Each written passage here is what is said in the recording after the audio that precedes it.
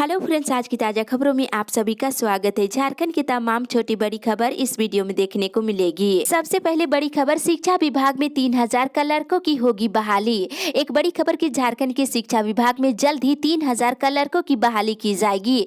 ये बहाली high school और +2 स्कूल समेत प्रखंड से लेकर प्रमंडल स्तर तक के शिक्षा कार्यालयों में की जाएगी। स्कूली शिक्षा और साक्षरता विभाग ने इसकी तैयारी शुरू कर दी है। शिक्षा सचिव राहुल शर्मा ने 30 जनवरी तक ग्रेड 3 वर्ग में खाली सीटों की सूचना आरक्षण रोस्टर का पालन करते हुए विभाग को उपलब्ध कराने का निर्देश दिया है। बोकारो, लोहरदगा, जमशेदपुर समेत कुछ जिलों में क्लर्क का पद अभी स्वीकृत नहीं हो सका है।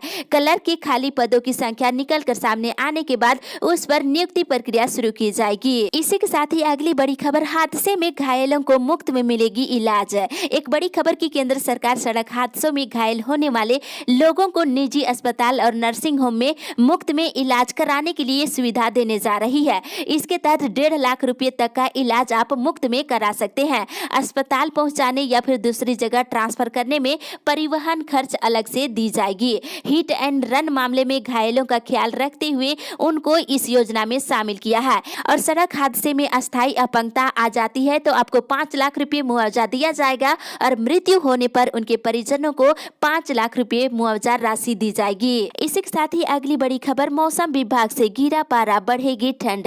एक बार फिर से पूर्वैया हवा चलने से ठंड बढ़ गई है। मौसम विभाग के अनुसार अगले 24 घंटे तक ठंड का असर ज्यादा रहेगा। इसके बाद राहत मिल सकती है। न्यूनतम तापमान में 3 से 4 डिग्री सेल्सियस की गिरावट हो सकती है। वहीं 26 जनवरी तक मौसम साफ रहेगा। सुबह में धुंध रह सकती है और राज्य में मौसम का मिजाज 27 जनवरी से बदल सकता है। वहीं 27 जनवरी को बादल छाए रह सकते हैं और 28 को कहीं कहीं हल्की बारिश हो सकती है। इसी के साथ ही अगली बड़ी खबर, मैट्रिक इंटर की परीक्षा फॉर्म भरने की तिथि बढ़ी। झारखंड एकेडमिक काउंसिल ने मैट्रिक इंटर की परीक्षा को लेकर आवेदन करने वाले छात्रों को बड़ी राहत दी है। परीक्षा फॉर्म भरने की तिथि बढ़ा दी है।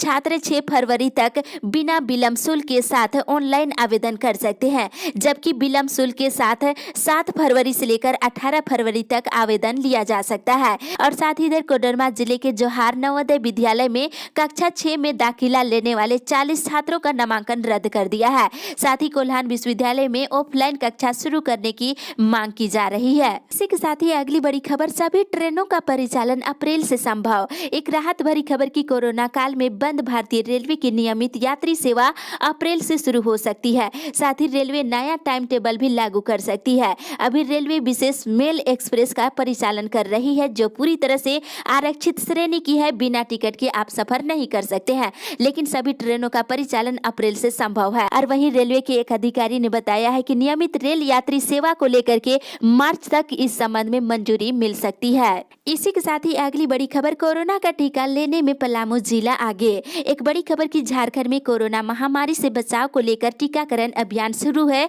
और 16 जनवरी से शुरू इस अभियान में अभी तक 14,794 स्वास्थ्य कर्मियों को कोरोना का टीका लगाया गया है। राज्य ने कोरोना टीकाकरण में 61% लक्ष्य हासिल कर लिया है। और वहीं आंकड़ों के अनुसार गढ़वा, लोहरदगा, कोडरमा, दुमका, पाकुड़ जिला में टीकाकरण सबसे कम हुआ है। इन जिलों में लक्ष्य से बहुत कम उपलब्धि रही है। वहीं लोहरदगा में सबसे कम 36% टीकाकरण हुआ है। वहीं टीका के साइड इफेक्ट को लेकर के लोगों में तरह तरह की भ्रम है, लेकिन राज्य में अभी तक कोई बड़ी समस्या नहीं हुई है। टीका लेने के बाद 42 लोगों को सामान्य समस्याएं हुई है, लेकिन सभी तुरंत ठीक भी हो गए हैं। इसी के साथ ही अगली बड़ी खबर, जेपीएससी की परीक्षा में मौका मिले बिना ही खत्म हो जाएगी उम्र सीमा। जेपीएससी में नई नियमावली के तहत उम्र की गणना होने के कारण इस बार एक साथ होने वाली 4 सिविल सेवा परीक्षा में कई अभ्यर्थी शामिल होने से वंचित हो सकते हैं। 6ठी सिविल सेवा परीक्षा में सफल नहीं होने के कारण उम्मीदवार आगे की परीक्षा की तैयारी तो कर रहे हैं, लेकिन उम्र सीमा को लेकर के चिंतित है। इसी के साथ ही अगली बड़ी खबर, हजारीबाग टोल प्लाजा से करोड़ों की वसूली। रांची हजारीबाग 4 लेन सेक्शन के ओरमांझी टोल प्लाजा से अब तक करीब 385 करोड़ रुपए का टोल टैक्स वसूला गया है। ये राशि सड़क से गुजरने वाली गाड़ियों से ली गई है। इसमें निजी और कमर्शियल दोनों वाहनें शामिल है। और वहीं दूसरी तरफ राजस्व संकट से जूझ रही बिजली वितरण निगम ने वसूली अभियान में तेजी लाने का निर्देश दिया है। रांची आपूर्ति अंचल के सभी डिवीजन में बिजली काटने के लिए एक साथ अभियान चलाया जाएगा और शहरी क्षेत्र में 10,000 और ग्रामीण क्षेत्रों में 5,000 रुपए से ऊपर के बड़े बकायेदारों के कनेक्शन काटने का निर्देश दिया है। इसी के साथ ही अगली बड़ी खबर, ट्रैफिक पुलिस के लिए जल्द खरीदे जाएंगे बॉडी कैमरा। एक राहत भरी खबर की ट्रैफिक पुलिस के लिए बॉडी कैमरा की खरीदारी शीघ्र की जाएगी। ट्रैफिक पुलिस पोस्ट पर तैनात पुलिस पदाधिकारी इसे लगाकर काम करेंगे। लोगों के द्वारा यातायात पुलिस पदाधिकारी और कर्मियों पर गाली गलौज करने का आरोप लगाया जाता है, इसलिए ट्रैफिक पुलिस कर्मियों को बॉडी कैमरा दिया जाएगा ताकि आवश्यकता के अनुसार लगाए गए आरोप के संबंध में एक साक्ष्य एकत्रित किया जा सकेगा। इसके साथ ही कार्य के दौरान पुलिस कर्मियों के कार्यों पर निगरानी रखी जा सकेगी। इसी के साथ ही अगली बड़ी खबर, झारखंड कोरोना अपडेट्स। झारखंड पिछले 24 घंटे के दौरान कोरोना के 78 नए संक्रमित मरीज मिले हैं और वहीं रांची जिले से एक और कोरोना मरीज की मौत हो गई है। इसके साथ ही राज्य में अब तक 1061 लोगों की कोरोना के कारण मौत हो गई है और वहीं अब तक 1,18,232 संक्रमित मिल चुके हैं, जबकि 1,16,293 लोग स्वस्थ भी हो चुके हैं। और मिले मरीजों में से बोकारो से 1, धनबाद से 5, पूर्वी सिंहभूम से 4, गुमला से 2, हजारीबाग, लातेहार, पलामू, जामताड़ा से 1 नए मरीज मिले हैं। वहीं रामगढ़ से 4, रांची से 55, सरायकेला से 2 और पश्चिमी सिंहभूम जिले से 1 संक्रमित मरीज मिले हैं। और साथ ही दूसरी तरफ स्वास्थ्य मंत्री बाना गुप्ता ने कहा है कि समाज में अच्छा संदेश देने के लिए पहले प्रधानमंत्री, मुख्यमंत्री और मंत्रियों का टीकाकरण होना चाहिए। इसी के साथ ही अगली बड़ी खबर, मंत्री आवास पर पारा शिक्षकों का धरना आज। राज्य के पारा शिक्षक रविवार को मंत्री आवास के समक्ष प्रदर्शन करेंगे। एकीकृत पारा शिक्षक संघर्ष मोर्चा के हरिकेश पाठक ने बताया है कि मंत्री आवास के समक्ष धरना प्रदर्शन की पूरी तैयारी कर ली गई है। रांची में पारा शिक्षक वित्त मंत्री रामेश्वर उरांव के आवास के समक्ष धरना देंगे और धरना में रांची के अलावा गुमला, लोहरदगा, सिमडेगा, खुट्टी जिले के पारा शिक्षक भी शामिल होंगे। पारा शिक्षक अस्थायीकरण और वेतनमान की मांग लंबे समय से कर रहे हैं। इसी के साथ ही अगली बड़ी खबर, किसान आंदोलन के समर्थन में करो या मरो की ली गई शपथ। देश के कुछ बड़े कारपोरेटर्स के उत्पादकों का बहिष्कार करने के आह्वान के साथ राजभवन के समक्ष किसान मजदूर पड़ाव शुरू हो गया है। इस दौरान वाम कार्यकर्ताओं ने किसान आंदोलन के समर्थन में करो या मरो की शपथ लिए हैं और किसान विरोधी कानून के खिलाफ देशव्यापी आंदोलन इस कानून की वापसी तक जारी रहेगी और किसान पड़ाव 25 जनवरी तक जारी रहेगी और 26 जनवरी को राष्ट्र ध्वज के साथ किसान परेड भी किया जाएगा। और वहीं किसान यूनियनों को 26 जनवरी को राष्ट्रीय राजधानी में ट्रैक्टर परेड निकालने की अनुमति दे दी गई है। अगली बड़ी खबर, मनरेगा का काम एजेंसी को देने का विरोध।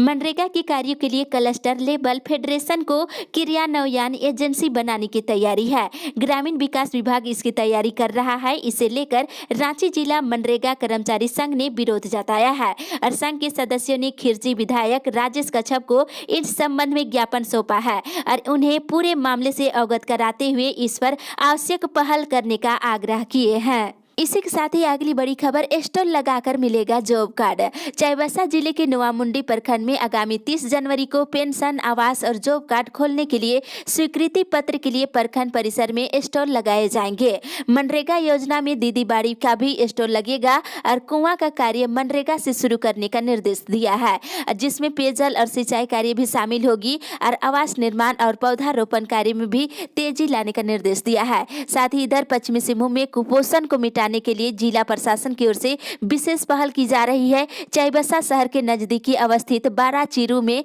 कल्याण विभाग के द्वारा निर्मित स्वास्थ्य केंद्र में कुपोषण के विरुद्ध बड़ी मुहिम की शुरुआत करते हुए जिला प्रशासन के द्वारा पोषण केंद्र का संचालन किया जाएगा। फरवरी महीने में इसे शुरू करने की योजना है। इसी के साथ ही अगली बड़ी खबर, 15 दिनों के अंदर मांगे पूरी नहीं हुई तो होगा आंदोलन। कोल्हान विश्वविद्यालय के पूर्ववर्ती छात्र संघ और वर्तमान छात्र संघ की विभिन्न समस्याओं को लेकर कल बैठक की गई और संघ ने कहा कि विगत दिनों से ही छात्र संघ ने क्षेत्रीय भाषा की पढ़ाई के लिए अलग अलग विभाग खोलने की मांग की थी, लेकिन अभी तक अलग अलग विभाग की स्थापना नहीं हुई है, इसलिए अविलंब अलग अलग विभाग की स्थापना करने की मांग कर रहे हैं। साथ ही कोल्हान विश्वविद्यालय के अंतर्गत आने वाले सभी कॉलेजों में ऑनलाइन के साथ साथ विशेष परिस्थिति में ऑफलाइन की भी व्यवस्था करने की मांग की गई है। इसी के साथ ही अगली बड़ी खबर, कंप्यूटर ऑपरेटर के पद हो जाएंगे कम। 14वें वित्त आयोग के तहत पंचायतों में संविदा पर नियुक्त कंप्यूटर ऑपरेटर सह लेखा सहायक का पद अब 15वें वित्त आयोग के लिए कम हो जाएगा। ग्रामीण विकास विभाग ये व्यवस्था कर रहा है।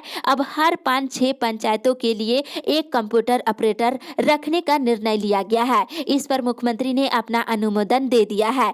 ऐसे में कईयों के पद जो है समाप्त हो जाएंगे, यानी कर्मियों की संख्या में काफी कमी आ जाएगी। और कर्मियों ने कहा है कि इस बदलाव के बाद काम कर रहे कर्मियों में से 400 को भी हटाना पड़ सकता है। साथ ही अगली बड़ी खबर, सरकार की विफलताओं की पोल खोलेगी भाजपा। विधायक शिव शंकर उरांव ने कहा है कि सत्ताहीन हेमंत सरकार हर मोर्चे में विफल है।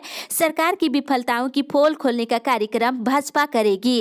और उन्होंने कहा है कि हेमंत सरकार पिछले चुनाव में कई वादे किए थे। 5 लाख लोगों को रोजगार देने की घोषणा किए थे, जो कि अभी तक किसी को नौकरी नहीं मिली है। वहीं सरकार बेरोजगारी भत्ता के तहत 6,000 रुपए और MA पास बेरोजगार युवाओं को प्रति महीने 7,000 रुपए देने का वादा किए थे। उन्होंने कहा है कि प्रतिदिन 3 प्रखंडों में ये कार्यक्रम चलाया जाएगा और BDO को संबंधित मांगों को लेकर ज्ञापन पत्र सौंपा जाएगा। इसी के साथ ही अगली बड़ी खबर, राज्य के बच्चों को सुरक्षित और भविष्य प्रदान करना है। हेमंत सोरेन बाल श्रम उन्मूलन के लिए काम कर रहे नोबल शांति पुरस्कार से सम्मानित कैलाश सतार्थी ने मुख्यमंत्री हेमंत सोरेन की पहल से पश्चिमी सिंहभूम की 6 वर्षीय आदिवासी बच्ची को मानव तस्करी के शिकार होने से बचाने की प्रशंसा की है। और उन्होंने झारखंड को देश का पहला बाल मित्र राज्य बनाने का अनुरोध किया है। और मुख्यमंत्री ने कहा है कि वर्षों से झारखंड को बाल तस्करी जैसे अभिशाप का सामना करना पड़ा है। झारखंड के बच्चों को सुरक्षित और उज्जवल भविष्य प्रदान करना सरकार का लक्ष्य है। इसी के साथ ही अगली बड़ी खबर, धरने पर बैठे संविदा कर्मियों से मिलने पहुंचे भाजपा। 14वें वित्त आयोग के लिए संविदा पर नियुक्त सारे कर्मी शनिवार को भी धरने पर बैठे रहे।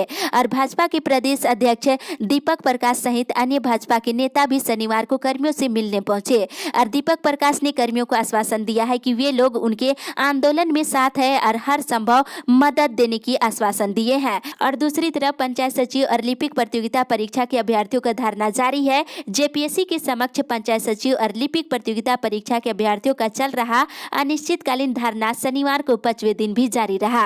और भाजपा के कार्यकर्ताओं ने इन अभ्यर्थियों से मुलाकात किया है और मुख्यमंत्री हेमंत सोरेन और मुख्य सचिव सुखदेव सिंह से शीघ्र वार्ता कर अंतिम मेधा सूची निकलवाने का आग्रह करने का आश्वासन दिए हैं। इसी के साथ ही अगली बड़ी खबर, नेट पास विद्यार्थियों को 31 दिसंबर तक PG क्लियर करने का मौका। विश्वविद्यालय में असिस्टेंट प्रोफेसर और जूनियर रिसर्च फेलो के लिए जून 2018 में नेट और जुलाई 2018 में CSIR नेट परीक्षा उत्तीर्ण होने वाले विद्यार्थियों को PG क्लियर करने के लिए दिसंबर तक का मौका दिया गया है। और साथ ही इधर केंद्रीय विश्वविद्यालय झारखंड में इस सत्र में UG PG में 31 विषयों में सीटें खाली रह गई है। विश्वविद्यालय प्रशासन ने इच्छुक विद्यार्थियों से नामांकन के लिए 25 जनवरी तक ऑनलाइन आवेदन की मांग की है। और साथ ही इधर मरवाड़ी कॉलेज में जिनका सेमेस्टर 1 और सेमेस्टर फाइनल में 1 या उससे अधिक पेपर में बैकलॉग है, उनकी स्पेशल परीक्षा 25 जनवरी से 5 फरवरी तक ली जाएगी। साथ ही अगली बड़ी खबर, मुख्यमंत्री आज बरहेट में करेंगे ग्रिड का शिलान्यास।